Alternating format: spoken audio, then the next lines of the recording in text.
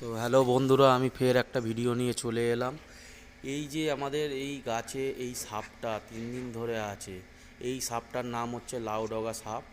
তো 3 দিন ধরে আছে। আমার কাকিমা, বোন, মা, বৌদিরা সবাই ভয় পাচ্ছে সাপটাকে। গাছের সাথে পুরো পাতার সাথে মিশে আছে, ওই জন্যই বোঝা যাচ্ছে না। কিন্তু এই সাপটা কোনো ক্ষতি করে না, এ গাছের পোকা খাবে বলে ঘোরাফেরা করছে। কিন্তু বাড়ির লোকদের বোঝানো যাচ্ছে না, ওই জন্য আমি বন দপ্তরের লোক একটা আমার জানাশোনা ছিল, তাকে আমি ফোন করলাম। করার পরে তারপর আমি বললাম যে সাপটাকে ধরে নিয়ে চলে যাও। তা সেই দাদা বলল, বন দপ্তরের দাদাটা বলল এই সাপে কোনো কামড়ালে সেপটিক হয় না, অ্যান্টিসেপটিক হয় না। তো এই সাপটা ওই পোকা টোকা খাওয়ার জন্যই গাছে ঘোরাফেরা করছে। কিন্তু বাড়ির মেয়েদের কেউ বোঝাতে পারবে না, ওই জন্যই আমি বন দপ্তরকে ফোন করে ওদেরকে শোনালাম। শোনাতে তো তাও ভয় পাচ্ছে। তো আমি লাস্ট কি করব, সাপটাকে আস্তে আস্তে গাছ নাড়িয়ে নাড়িয়ে তাড়া করলাম। দেখতে পাচ্ছেন সবুজ রঙের, দেখুন ভালো করে আপনারা। এই সাপ যত যত গাছে থাকলে কেউ বুঝতে পারবে না। এই যে লেজ, এই বডি অনেক লম্বা লম্বা হয়। তো 3 দিন ধরে এরমভাবেই আছে। অন্য গাছে ছিল, সেখান থেকে একটা পেয়ারা গাছে ছিল, সেইখান থেকে জবা গাছে এসছে। তো জবা গাছে ফুল তুলতে এসে আমার কাকিমা বলছে, বাবা সাপটাকে কী করা যায়। তা আমি বললাম কিছু করবে না। তো এই সাপটা দেখে কেউ ভয় পাবেন না। এই সাপটা যত দেখা যায় না, তবুও যদি দেখতে পান কোনো ভয় পাওয়ার কিচ্ছু কারণ নেই। এই সাপ কারোর কোনো ক্ষতি করে না। তো বন্ধুরা, এই সাপটা ভালো করে দেখে নিন। তো গাছের সাথে পুরো পাতার সাথে মিশে আছে।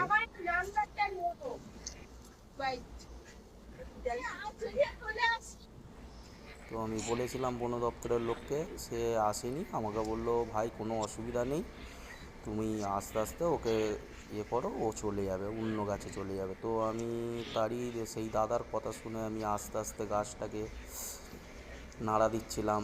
তা দিতে দেখলাম চলেই যাচ্ছে আস্তে আস্তে। তো বাড়ির লোকরা বলছে ঠিক আছে চলে যাক বাবা। তো বন্ধুরা, সাপটা দেখতে পাচ্ছেন তো, ভালো করে দেখুন। কোনো ভয় পাওয়ার দরকার নেই। এই সব সাপ দেখলে, এটাকে লাউডগা সাপ সাপ বলে। আর কাল্লাগিরি সাপ তো দেখলেই বুঝতে পারবেন, এটাকে লাউডগা সাপ বলে। সবুজ পাতার সাথে পুরো মিশে থাকে। তো দেখুন, আমি দূর থেকেই দেখাচ্ছি। এই যা যা তো যা, বাড়ির লোকরা তাও সব শুনছে ভয় না, কি পাচ্ছে। বলবো। তা ওই জন্য আমি গাছটা আস্তে করে নাড়াতে সাপটা যা চলে যায়, যা যা অন্য গাছে চলে যায়। যা এই যে নাড়া যা দিচ্ছি, চলে যা যাচ্ছে।